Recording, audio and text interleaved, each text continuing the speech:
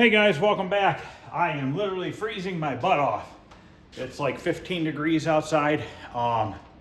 Just got done cutting down a cabinet for a job I'm working on. Refrigerator wouldn't fit, so I had to cut the cabinet, but I had the door open. Oh man, cold. It's supposed to warm up later this week. But anyways, let's do some more work to the centipede. Let's start with putting the control panel overlay on. Cap kit just showed up in the mail for the monitor, so I'll just do that off camera, and then we can clean the monitor itself with just some window cleaner and paper towels, and then put the monitor back in, see how it works. We're gonna put the monitor in before I touch up the paint. I'm not worried about that. And I'll leave the control panel off, obviously, because I don't want to have the control panel on when I'm repainting the front here. And then as far as the sides, I'm gonna get this sticker off. I gotta go up to Home Depot later on today, or Lowe's rather, and I'm gonna try to find some Krylon that's a little off-white, like a matte finish, and we're just gonna blend that white if we can. I wanna try to leave the artwork as mostly original as I possibly can. I know I'm probably gonna screw it up here getting this tag off. Maybe not. Actually, it's coming right off. Might be all right there. The reason is I would love to save that tag up there, but it's ripped up. If it wasn't ripped, I would totally save it because I just think it's cool.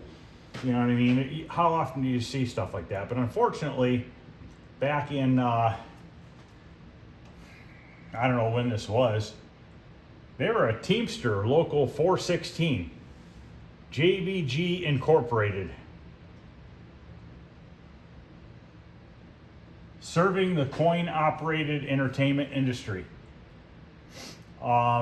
Euclid Avenue, Cleveland, Ohio. Like I said, that's probably about an hour from me.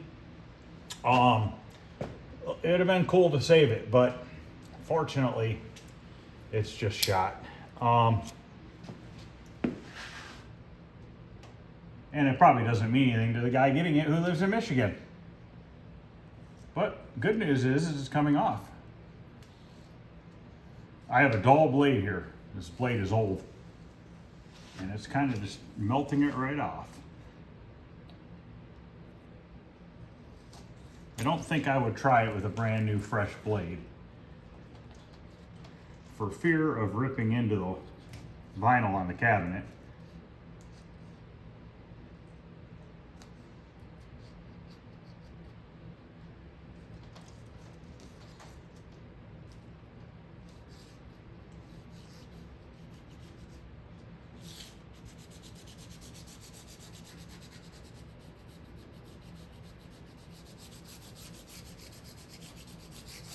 Okay.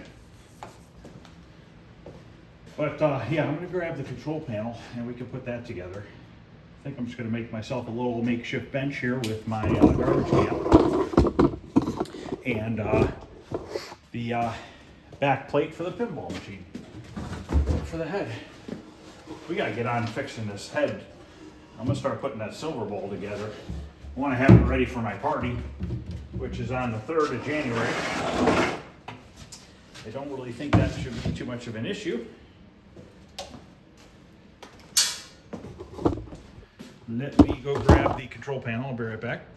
All right, maybe when I go in the house after I put this control panel overlay on, maybe when I go in the house, I gotta grab a button. I wanna see if I have a newer white button.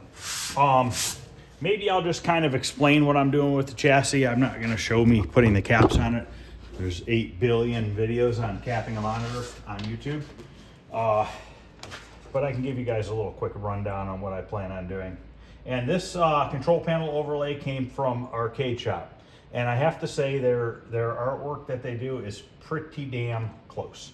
I mean, it's about as close as Phoenix Arcade, I'd say.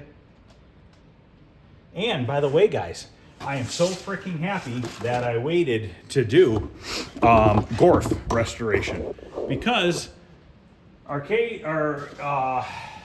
Phoenix Arcade now offers a full art kit for Gorf, which is nice because they have a new metal control panel, screen printed.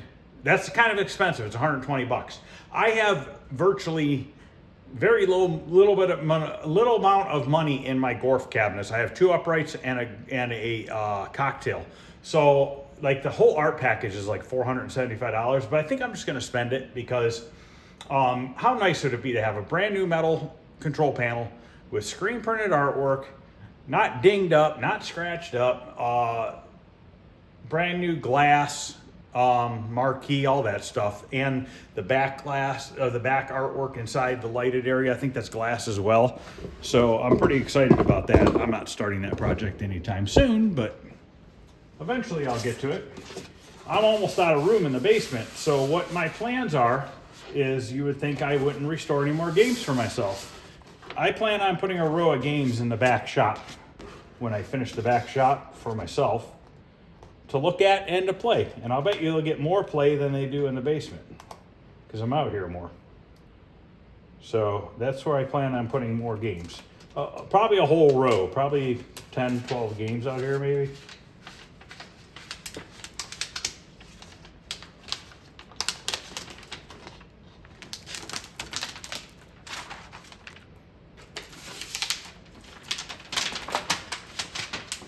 Come on, paper, don't do this to me.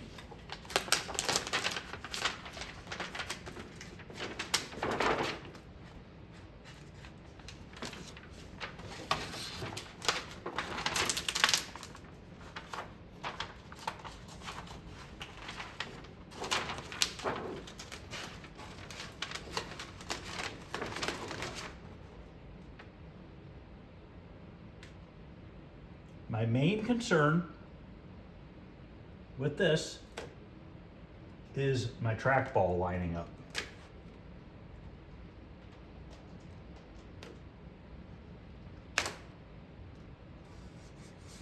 That's what I care about the most. If the button's off a hair and looks like the player 1 and player 2 are a hair off, I don't care, because the buttons overlap. You're never going to see it.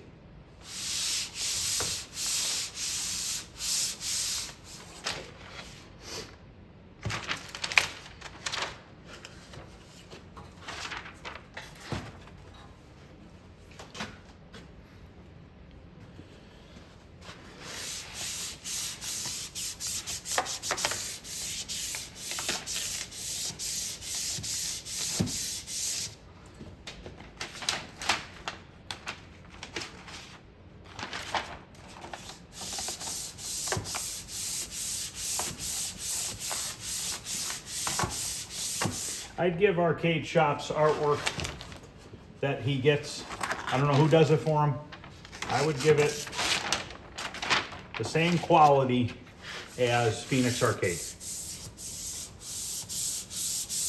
Which, to me, that's pretty impressive. I love Phoenix's artwork. I think it's the best on the market, in my opinion. They even go as far as putting these tabs that fold over. That's how the original ones had it.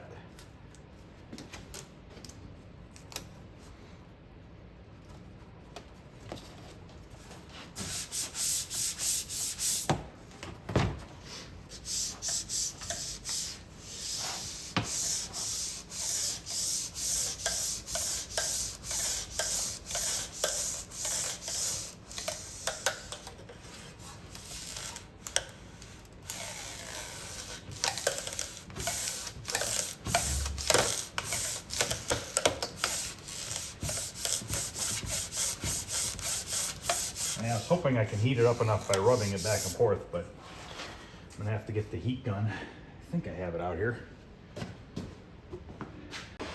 Now, worst case scenario, if this edge doesn't want to stick down, I'll just cut it flush, because there's a piece of foam weather stripping that you can put on the edge here, and you're never gonna notice it.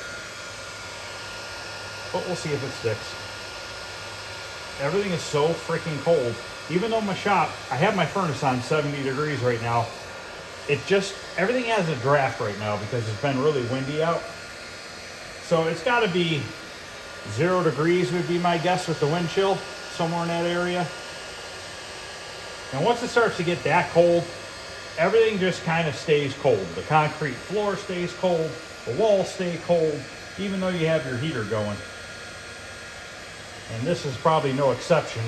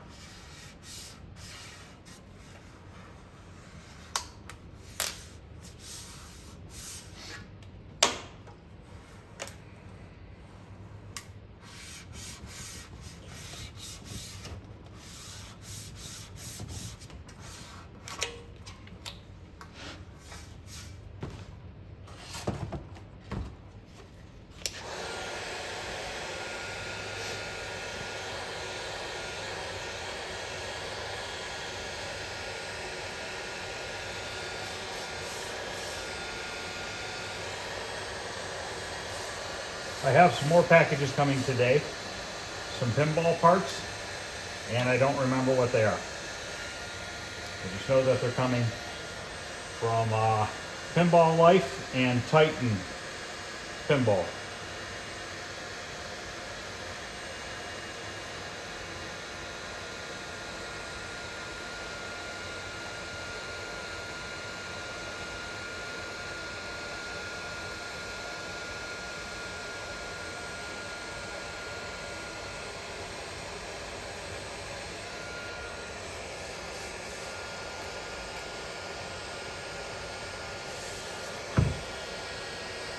The key to this is don't overheat it. If you overheat it, you run the risk of delaminating the top polycarbonate and the artwork underneath.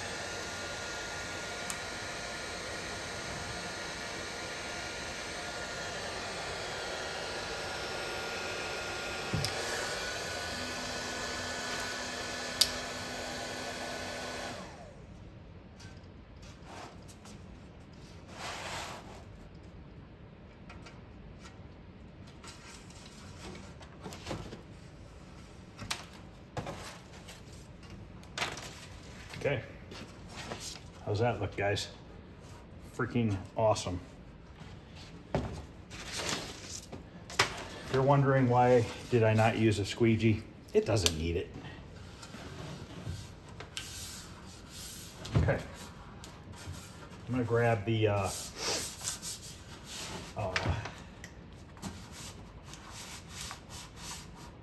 monitor chassis now and go in the house and get that rebuilt, so that we can get that put back in. Then I'll grab a button, if I have a white button, we can put that back in the control panel. And we'll be able to put that in and these two buttons and let the rest of the wiring harness dangle until we get the trackball parts. But that looks freaking good. I would say that's damn close to original. It's pretty close. I do notice a little bit of dinginess looking in the white, and that's due to the black paint underneath. So I guess if you didn't want dinginess in your white vinyl, some vinyls are different than others. I noticed this one had a white back. When they have white backs, the black underneath tends to show through. It's not horrible, but if you want it to be super duper bright, paint the top side white and then paint the bottom side of your control panel black. But that's nothing to be worried about. Honestly, you'll probably never even notice it. And to be honest with you, maybe being a little bit dingy will match the cabinet even better and make it look more like it was originally.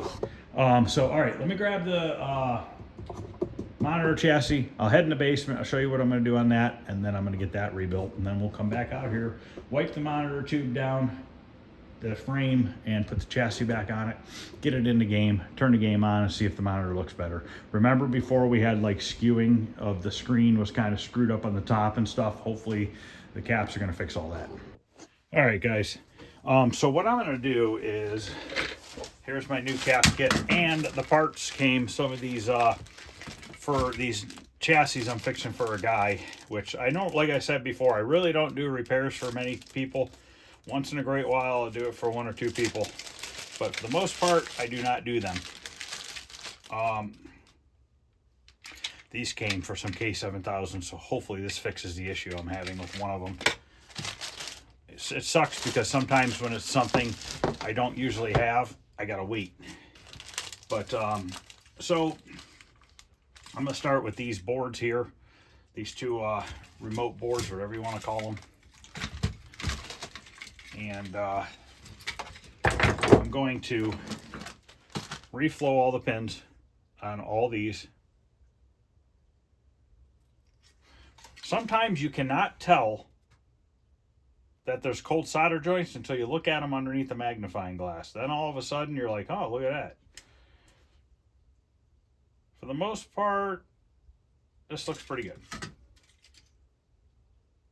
This one has 1, 2, 3, 4 cracked, 4 cold solder joints. What was that? Something just fell. Oh, this wire thing. Let me see if I can look through the magnifying glass and see if you guys can see this. So you get an idea of exactly what a cold solder joint would look like if you have not experienced one before, which some people may not have. So let's see if I can make everybody throw up by it being very blurry. Okay.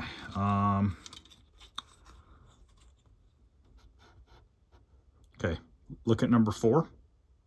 See that ring around it? Look at number 5. See that ring around it? 6. 1. See all those? Even 2. And that's why you want to reflow this stuff, guys. You see all those rings? It just takes a tiny ring like that, and once the boards heat up, they lose contact. And then you're wondering, like, what is going on? Why is it acting like that? See, like all these ones here, 7, 8, 9, 10, I'm still going to reflow them, but they don't look bad. But look at those ones. That is a prime example of a cold solder joint. Let's see if we can maybe... stupid plate on the bottom of this. When I get to it, I'm gonna rebuild those 2 boards first and reflow those. And when I get to that, I'm gonna take that metal plate off the bottom because I have no choice. If I don't, I won't be able to put caps on it. But anyways, when I take that plate off, I'll come back and we'll look and we'll see if where these daughter cards go onto that board, if those in fact have cold solder joints as well. So I'm gonna go ahead and pause this, cap those 2 daughter boards, and reflow it. Okay. These 2 are done. I'll show you what they look like. You can see where I reflowed all the pins. Now, technically, they say reflowing a pin properly is to take out the old solder and apply new. But to be honest with you, everybody that I know just heats them up and adds a little bit more solder. To be honest with you, I think the old solder is better than the new solder anyways. I believe the old solder is lead. But that's what it looks like with new caps and all those reflowed. This was the one that had all those pins that were had cracks around them.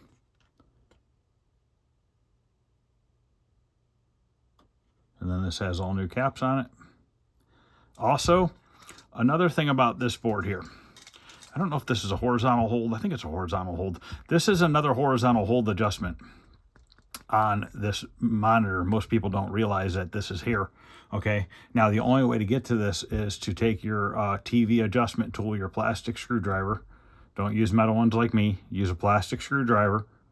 And what you have to do is, the only way you can get to it is you got to go through the bracket. Is that what it is on the board? I forget. Here.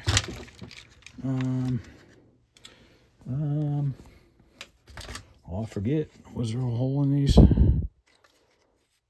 Maybe. I forget. Darn it. Maybe you don't have to.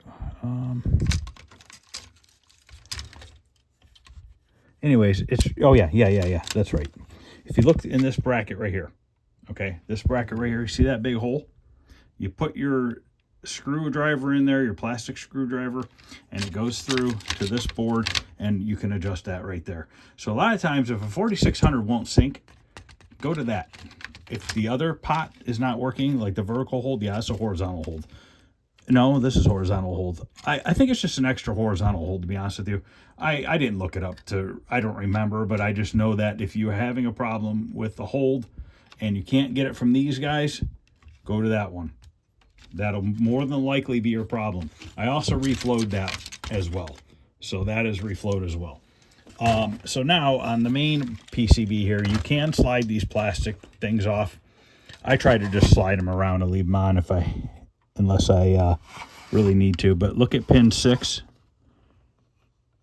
Where's pin 6 in the camera here?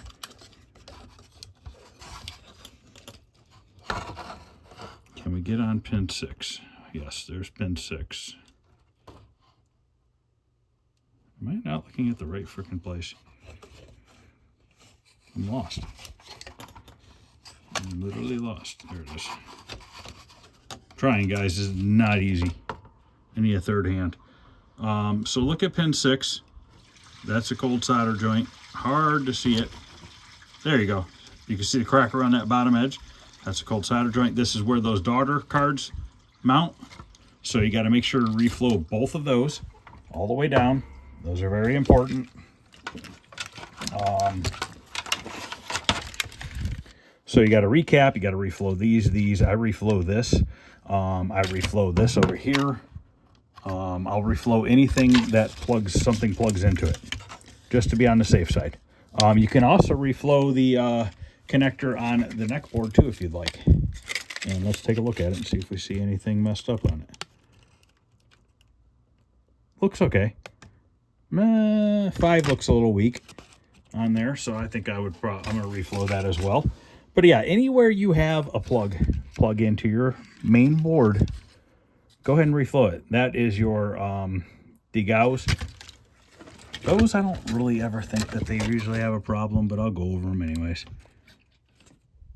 So that's where I'm at, guys. I'm going to go ahead and get this capped now, reflow everything that needs to be reflowed, and then at that point we can go back out in the shop, wipe down the monitor, put this on, put it in the cabinet, see what it looks like.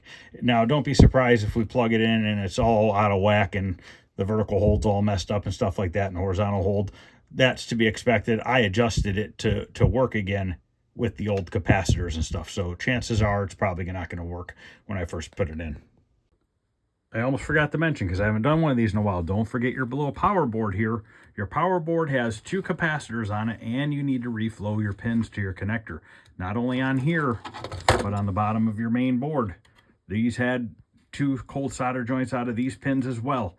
So everything's been capped, reflowed, ready for me to pop it back together, and we'll get the tube wiped down and get it put back in the game, and we'll see what we got going on. All right, I wiped the tube down. That's the crud that came off of it. We're gonna put this chassis back on it now. Now make sure everything's plugged in. Like I said, there's a lot more parts to these monitors than most monitors.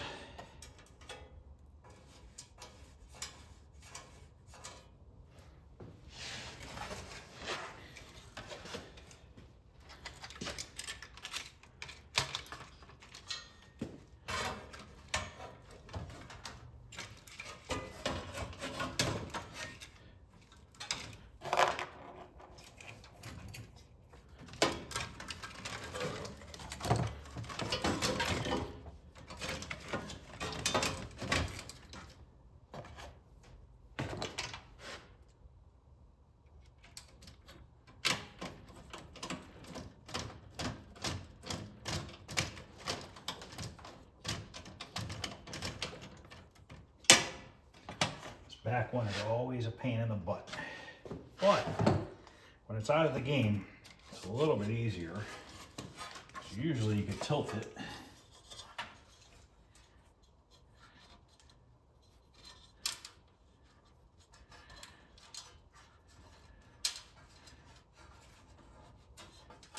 I did say usually.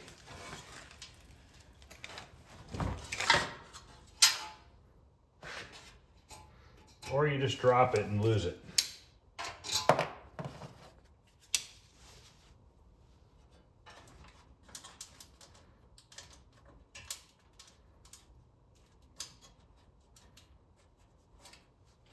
Swear it's amazing how they design some of this shit.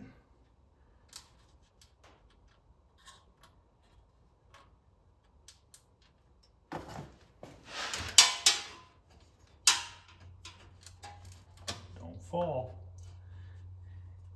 Magnetic nut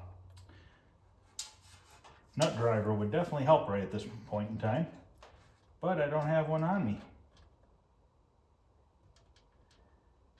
Got it.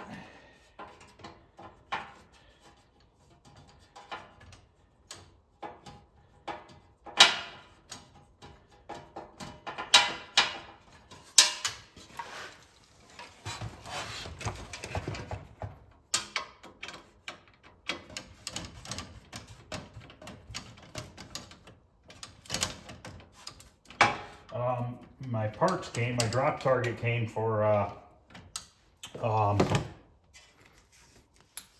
supersonic, so I can finish that. And I think after I get that drop target on and fix those couple rollovers, I think I'm done with supersonic. Oh no, I'm waiting on the LED boards.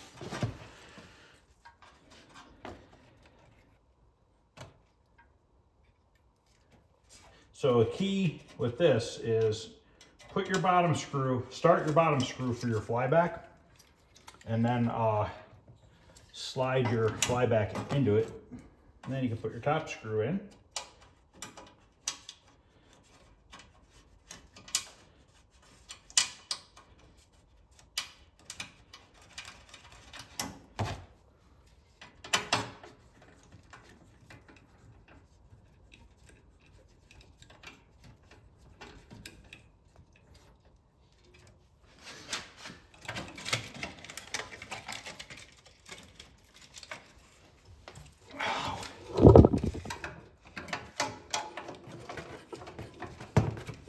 Now another thing funny about a 4600 is your yoke wires actually attach to the yoke.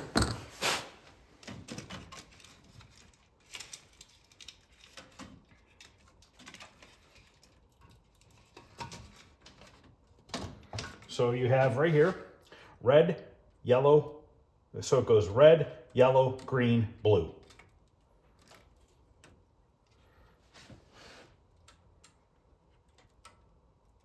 And it is a little confusing with the labeling. Let me show you. So you would think because that R is underneath this terminal that would be red. It's not. Red is to the right. This yellow is right here, green is right there, and then blue is the farthest one over. They could have done a little better job maybe putting the letters a little closer to the terminals, but what are you gonna do?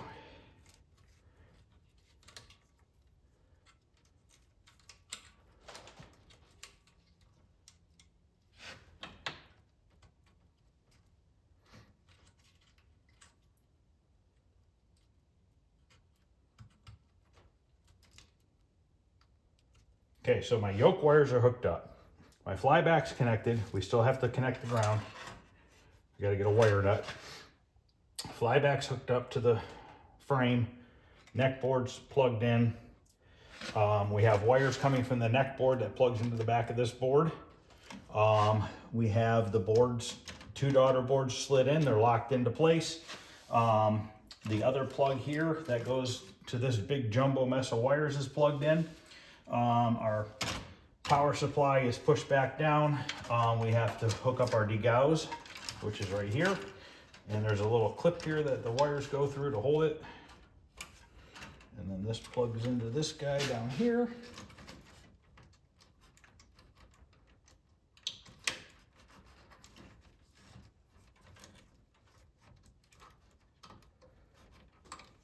If I can do it. There we go. That's plugged in. So it looks like I just need to twist the ground wires together, and then we're ready to slide it in the cabinet, power it on, and see what we got. I don't think I have any wire caps out here, but I have one of these push-in caps, so we're going to use one of those.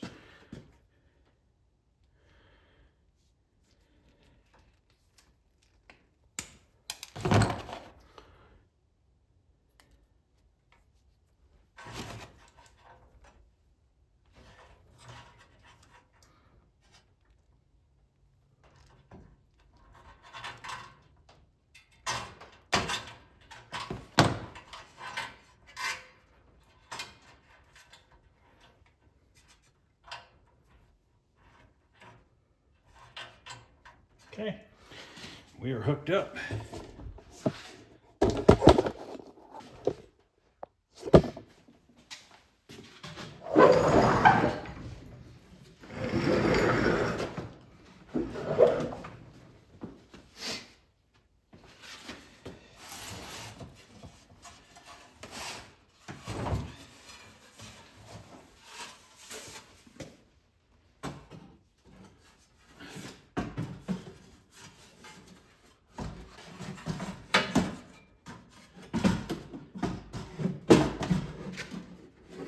Now, there is a very key, important tip I can tell you guys about putting these monitors in.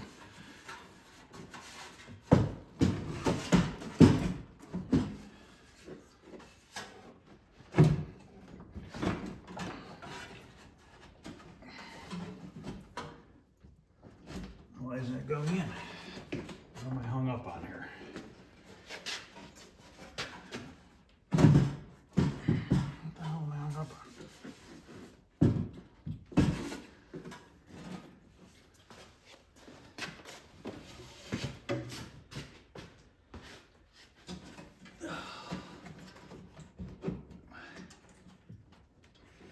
Oh, there we go.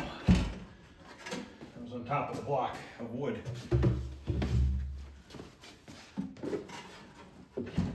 So any tip to any good monitor install into a cabinet is you got to have a fat gut, and you just set the tube right on your gut and it just heaves it right in there. That's how you do it, guys. That's why I got a fat gut. I did that on purpose so that I can lift monitors easier.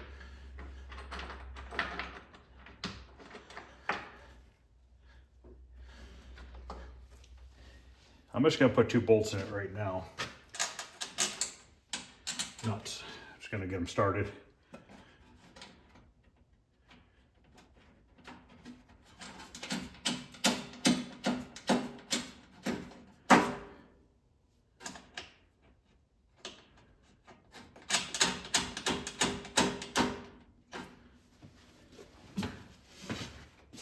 Plug in my power and my video cable. Then we'll see what we got going on here.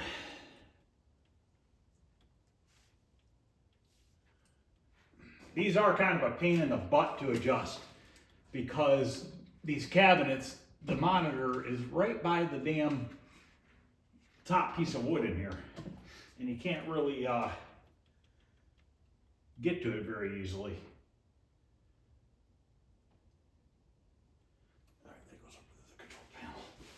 Okay, let me plug it in.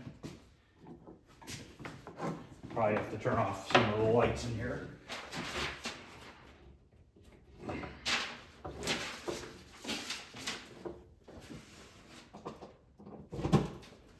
Okay, it's plugged in. I'm gonna turn off a couple lights and then we'll turn it on and see what it looks like. See what it does.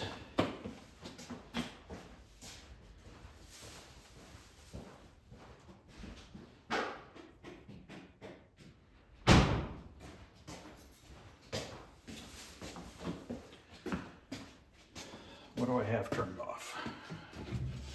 Switch.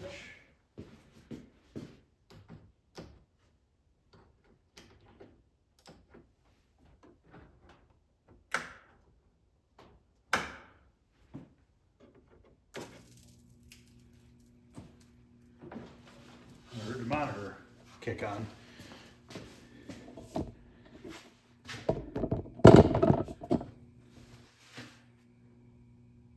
And that's what I expected to happen because I adjusted it to the old capacitors. not have my mirror out here, so now I gotta try to do this without a mirror. Might have to go grab my mirror, because I can't see nothing.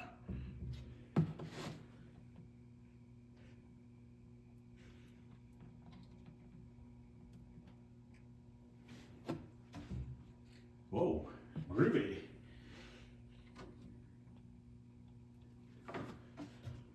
I like that. We should just leave it like that. It's a new look.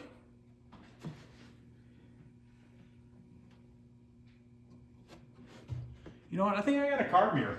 Do I have a car mirror I can use?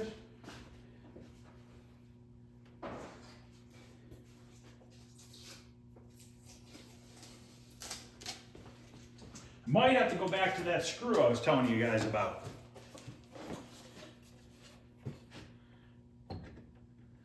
Yeah, I think I kind of need my clip-on mirror. Yeah, maybe I could see.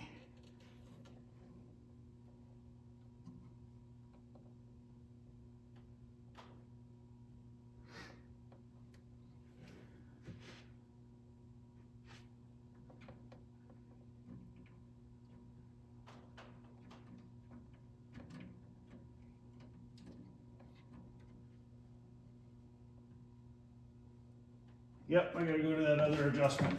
It's all because I adjusted it to the old caps. So I gotta grab a flathead screwdriver. This mirror is really not going to work for me very well.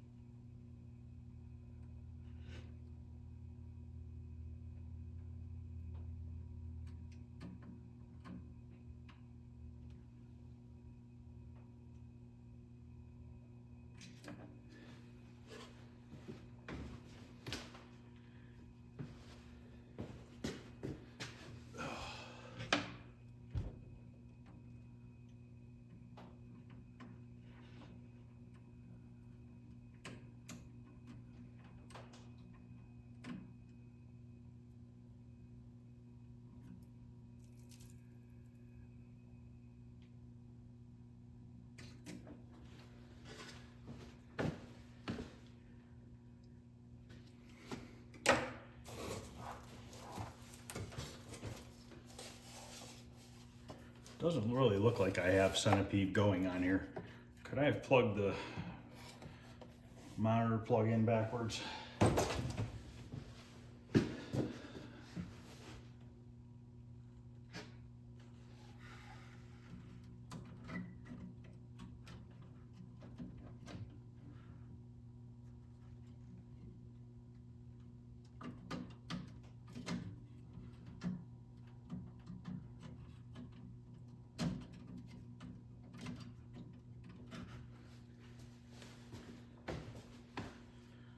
I don't know.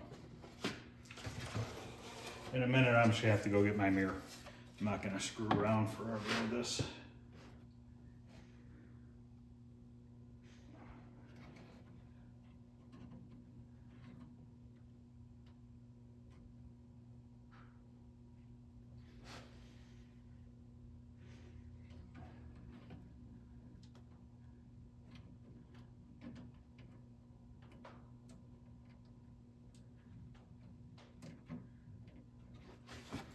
I'm gonna grab my mirror. I have not gone to get my mirror yet because I do have that plug in backwards.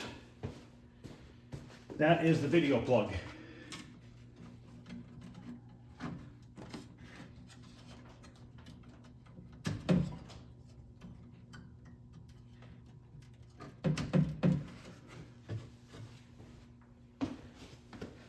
Hey, look at that.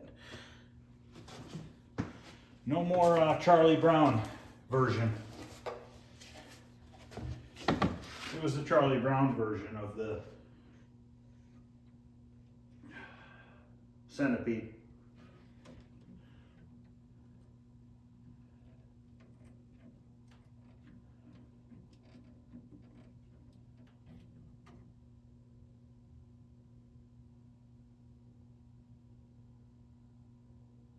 Ta-da! Look at this, look at the texting and everything, how much straighter it is. Now, everything is a little bit like this, okay? That's the yoke. I need to see if I can rotate the yoke here.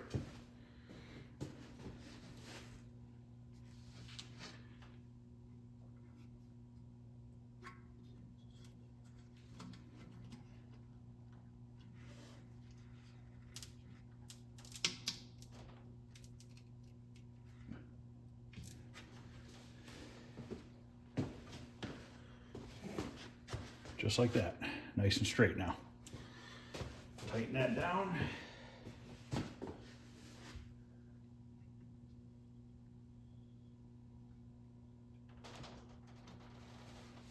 Looks like our colors are pretty close too. Doesn't look too far off, really.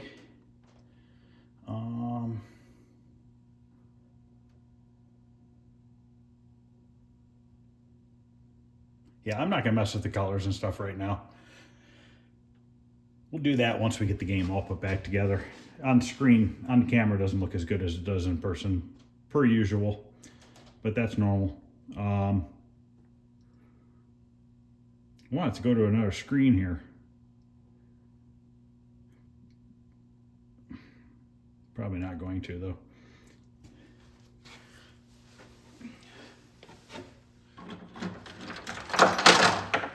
Could hit the start button.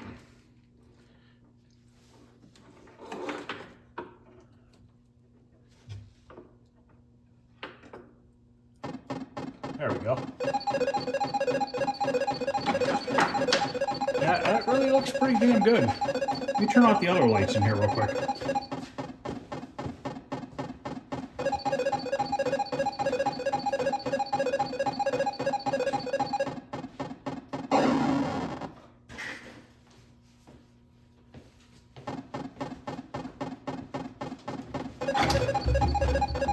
Yeah, that's about it, guys. I mean, maybe a little focusing, but like I said, we'll do that at the end. So, all right, I'm gonna go ahead and pause this. I'm actually gonna run to Lowe's, pick up some paint. We need a new marquee bulb. I should have grabbed one of those when I was in the house. But I'm gonna go pick up, oh, I forgot to look for a button too. So I need a white button and a bulb, and then I'm gonna pick up some off-white spray paint. So I will be back in a little bit, guys. All right, I'm back. So let's look up here. We don't have a ton to touch up really, but we have a couple nicks and stuff like that. So let's look at this one up here. We'll probably raise the tripod here. Hold on one second.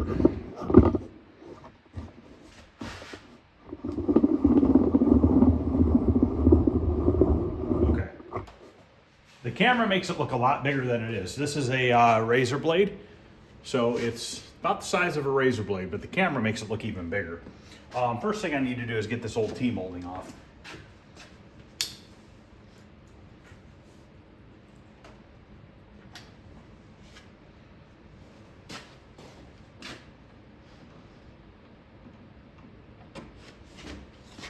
Kind of hoping I can just pop it.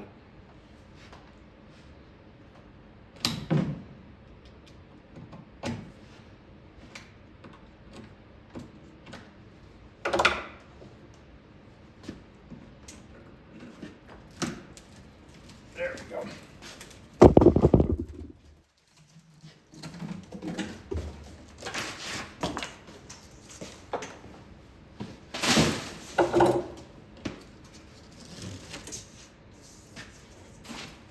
Okay, so we're going to take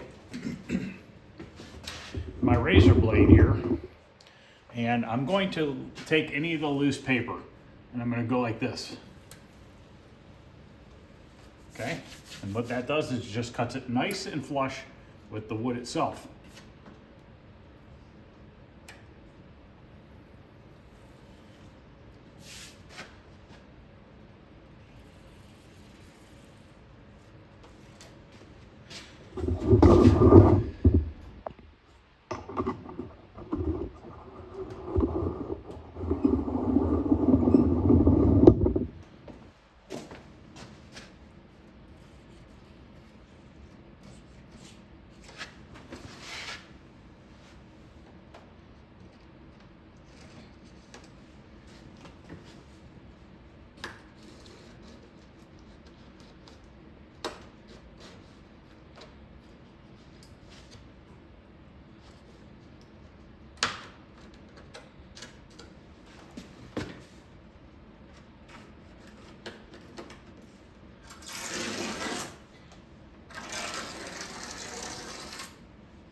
Okay.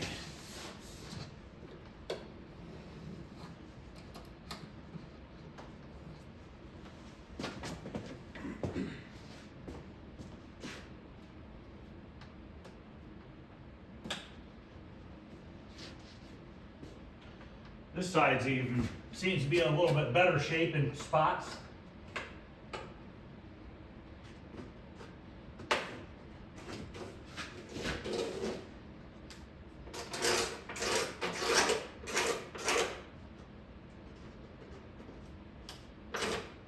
Okay, I'm gonna mix up a little bit of that glazing filler. I'm gonna go grab that. Now it's important, you wanna use the glazing filler. You do not wanna use the Bondo. This stuff is creamier and thinner, and it blends out better.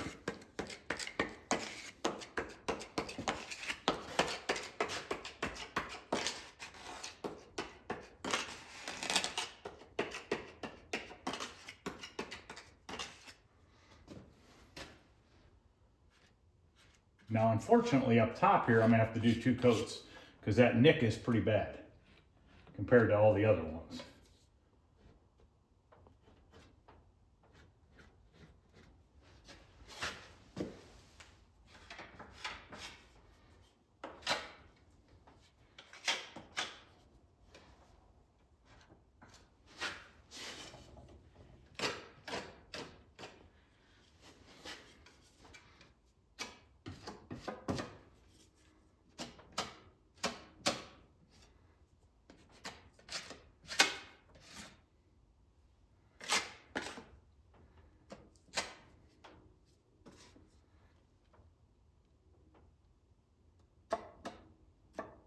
Okay, I'm gonna do the ones on the other side and then I'll come back. Okay, while that's drying, I have a wooden dowel here I believe fits the hole.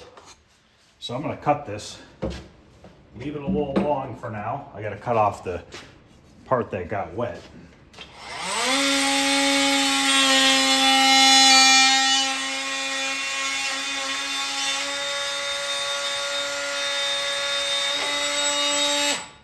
I'm gonna cut 2 pieces, about 1 inch long.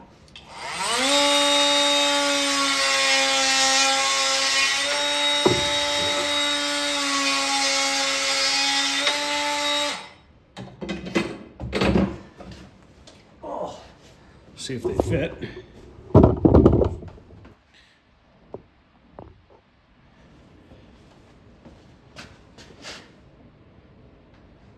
Yes, sir. A little tight, but that's okay. Now, we're gonna put some carpenter's glue. Now, with the carpenter's glue, most of it is gonna ooze out, okay? Because it is a super tight fit. It's only gonna be a thin layer left on it.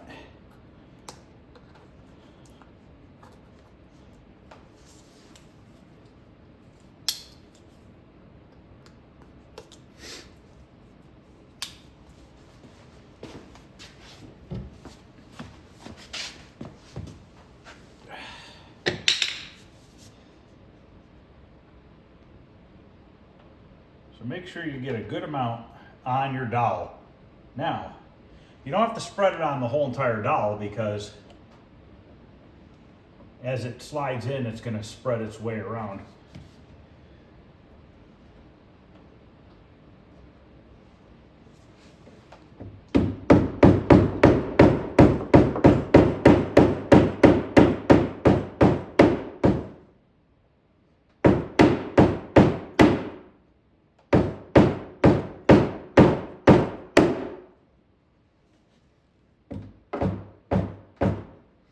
Went a little too far. Yep, it's stuck there, it's fine. Sticking out a little bit on the backside, no big deal, I'll trim it up. But we can let this dry now so that tomorrow I can work on the black areas.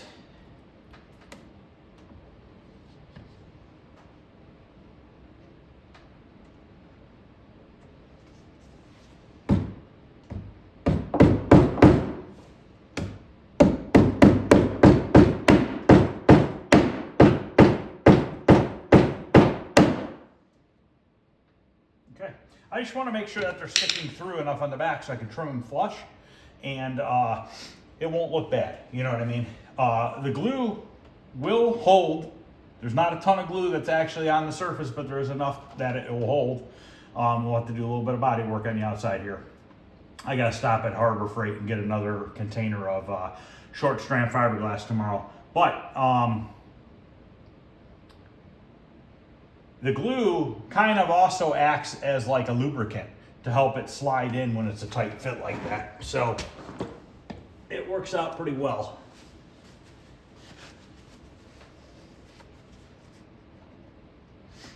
And if anybody wants to know what kind of glue I use, I've always had really good luck with this Tight Bond 3 Ultimate Wood Glue. This is waterproof interior, exterior. It seems to work really good. Let's check here. Okay, this body filler is pretty much set up. Like I said, I'm gonna have to do a second coat on the top nick area. So being that this is a thinner material, we're gonna use 180 grit, okay? Not using a DA sander or anything because particle board cabinet. We need to clean these edges up here. If we use a DA sander, it rotates and just rips big chunks out of the edge. So you do not want to use a DA sander on the edges of a particle board cabinet. Just lightly sanding it here. I'm just doing this spot right now because I want to put another coat on that nick. That's the only downfall of this stuff is it's kind of runny, so it doesn't fill in as deep as quickly. So I'm trying to confine the area that I'm sanding as small of an area as possible. I don't want to branch out too far from it.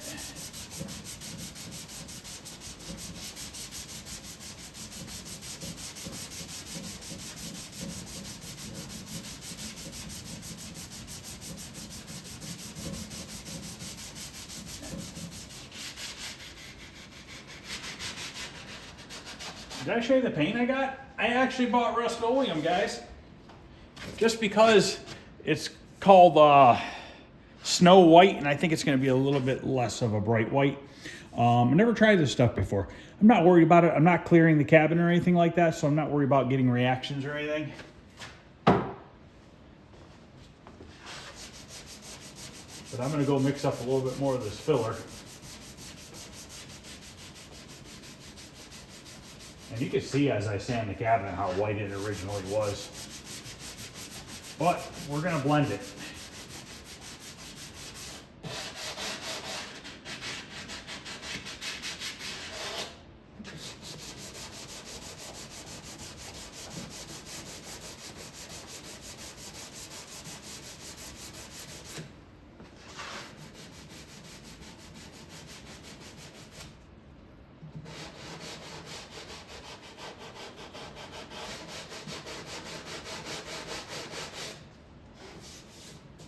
All right, I'm gonna mix up a little bit, finish filling in that nick, and then I'll be back. Okay, I filled that in and then I sanded all the spots like I showed you with the block by hand. Now I'm gonna take a magic eraser, a little bit of window cleaner, and we're just gonna lightly scrub up this cabinet here.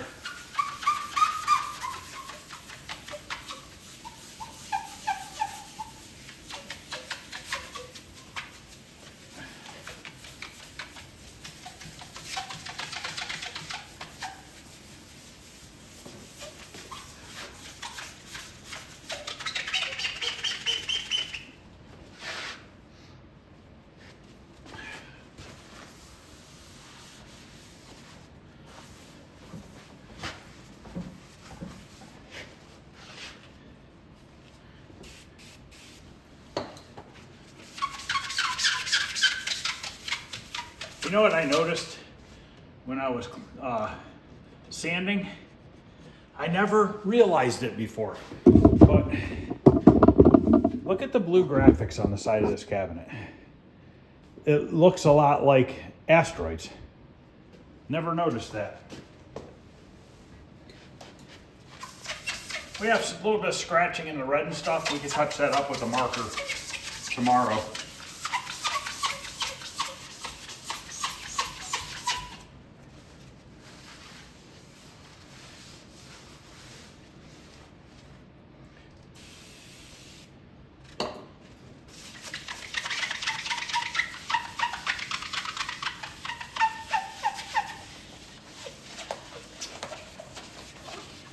like to use window cleaner because it dries really fast. It's not like water, and it doesn't absorb as much because it's just not as wet. So yeah, we could touch up these tiny little spots tomorrow. Okay, so I've cleaned it up. I've touched up the nicks. Now we're gonna take some spray paint. We're gonna blend it.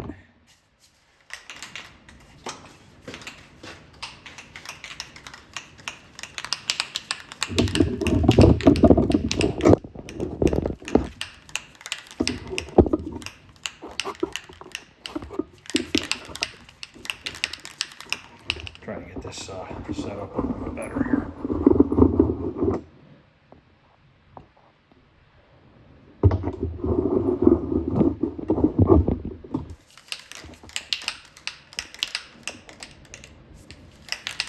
So we're gonna shoot away from the artwork, okay? I have a Bondo spreader here, just to kind of cover up the edge of the artwork.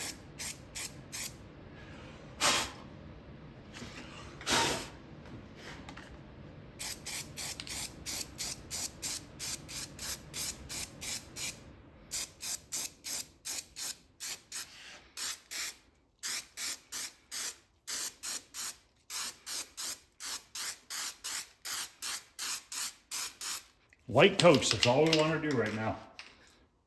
This stuff's pretty thick.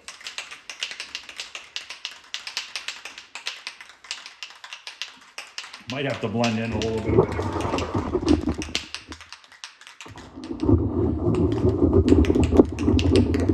I'm just going to show you a couple spots.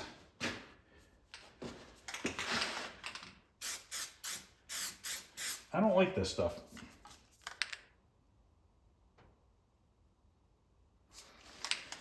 It's all coming out splattered.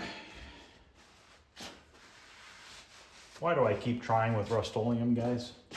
Why? Let me see what I have.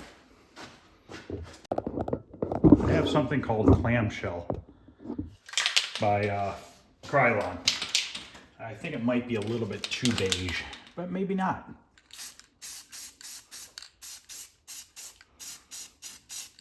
No, I think it's going to match. I just thought that would be a little bit off in color, but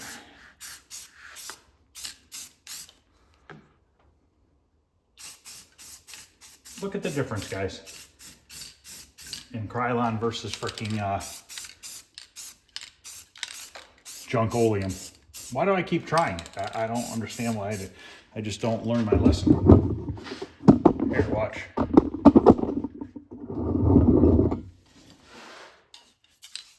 It's coming out all clumped. Junk. Done with it. I'm actually probably going to take it out of the garbage can and frickin' return it. That's ridiculous.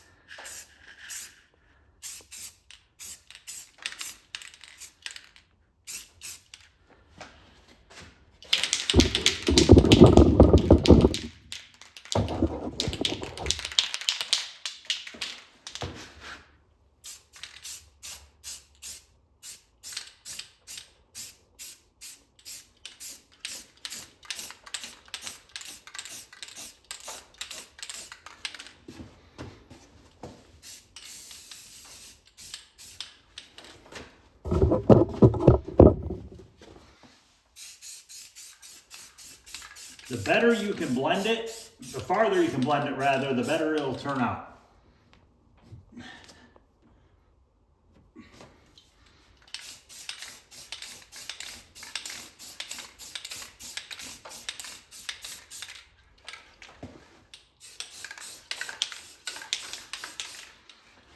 So that's the first coat. I'm gonna let it dry. I'm gonna do one more light coat. Now this is a matte finish, which is what you want because you don't want anything too shiny. Okay, it's still drying a little bit, but it's looking good. Now there's a little bit of overspray here and there. For instance, see that blue right there? I have a little bit of paint reducer on my towel here. And I'm just gonna come up along here and just lightly, and always check your rag. Make sure you're not getting any color of the cabinet off. But what I'm doing is not only am I cleaning off the blue, I'm kind of blending in the white around it, if that makes any sense.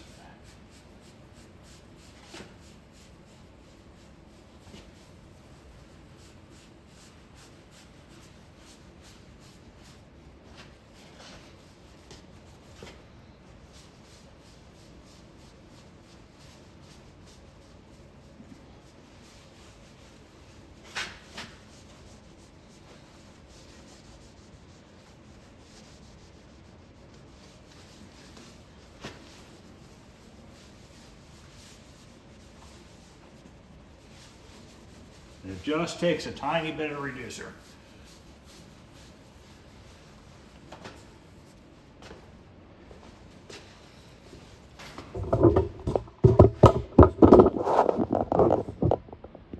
I mean, looking pretty damn good for 1981 artwork. So I'm gonna go ahead and finish up the other side and then I'll come back.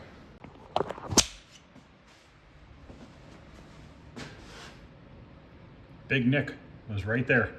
Gone. Color blended pretty darn good. I ended up going over it with I did the matte clamshell, and then I lightly dusted some satin bright white over top. Lightly dusted it. And it really blended it together nicely. So I'm very happy with how this looks. I mean, like I said, guys, this is original artwork. And I would much rather have a cabinet with original artwork like this than to put new artwork on. Obviously, a lot of times we don't have those choices, but when we do, we save them. So this little tiny stuff will take paint markers tomorrow and we'll hit all those little spots, and it's gonna look damn good. Other side looks really good as well. This is where the sticker used to be. Did the same method over here. So now all our edges are cleaned up. We don't have nicks all around the edges or anything like that. So now tomorrow we could touch up the artwork. We could sand down the dowels and do a little bit of short strand fiberglass and then a little bit of glazing filler over top of it. And then we'll just lightly scuff down the front, inside here, the top and the back. And I think we're just gonna use spray cans on this, guys. I think we're just gonna use some matte finish Krylon. And just hit it all. We'll tape the sides off and then we'll just hit all the black with that. And then I'm kind of waiting, guys. I guess after that I can mount the control panel on after the black's done, and kind of just waiting for parts then. I think the trackball's supposed to be here on Friday, and the bearing kit should be here in a couple days, the bearing and shafts. So I mean, I'm at the mercy of delivery people at this point, really. But anyways, we can get the control panel on after we get the black done. We can get the coin door put back together and back on. That'll be done. Paint the back door. Still waiting on locks, which Amazon is dumb. I don't know what they're doing. But anyways, I'm still waiting on locks. Other than that, that's about it, guys. So I figure I'm gonna end this one here, let this stuff dry tonight. Let me know what you guys think of that method. It is the easiest, quickest, simplest way to make your artwork look good again without replacing it. Like I said, no way, if this were my cabinet, I never, ever would replace this. Okay, there's no reason to replace this artwork. I have a centipede. I have new side art on my centipede. I would much rather have this cabinet with this restored artwork than the aftermarket stuff I have on mine. So thanks, guys. I appreciate it. Please hit the thumbs up. Any questions or comments, feel free to ask. Other than that, guys, I will see you guys tomorrow. I'm actually going to head in the basement. The last drop target showed up for supersonic. I want to get that put in. And then maybe I'll do a quick little video on that just so you guys can see. I've never tried it before in the cabinet. So they say it can be done. So maybe I'll do a quick video showing how I replace that last drop target, and then I want to adjust those switches and stuff like that. So I'm just kind of working both ends of the stick here, guys, in the shop, in the basement, in the shop, in the basement. That's how it's going to be for the next couple weeks. So thanks, guys, once again, and I'll see you guys later.